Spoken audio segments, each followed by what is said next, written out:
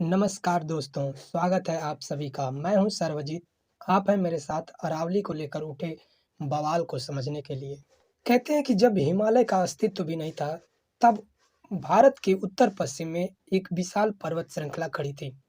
एक ऐसी श्रृंखला जो दुनिया की सबसे पुरानी पर्वत श्रेणियों में से एक है।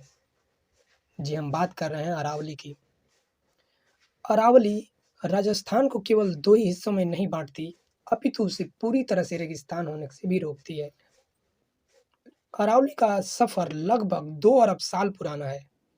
यह गुजरात के पालनपुर से शुरू होकर राजस्थान और हरियाणा को पार करते हुए दिल्ली के रायसीना हिल्स तक पहुँचती है। वही रायसीना हिल्स जहाँ आज राष्ट्रपति भवन स्थित है।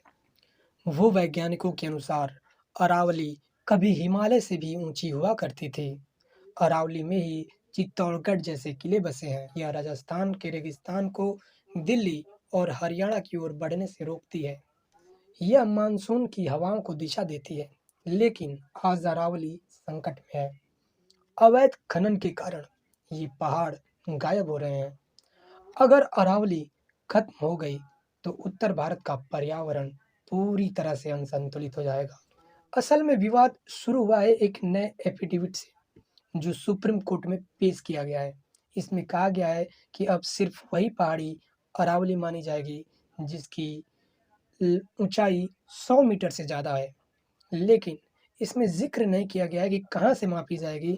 अगर समुद्र तल से लंबाई मापी जाती, तो एक भी पहाड़ पर खनन नहीं हो पाएगा। लेकिन एफिडेविट में इसका ज़िक्र नहीं है, तो हो सकता है कि आस-पास की ज़मीन से 100 मीटर ज़्यादा होनी चाहिए।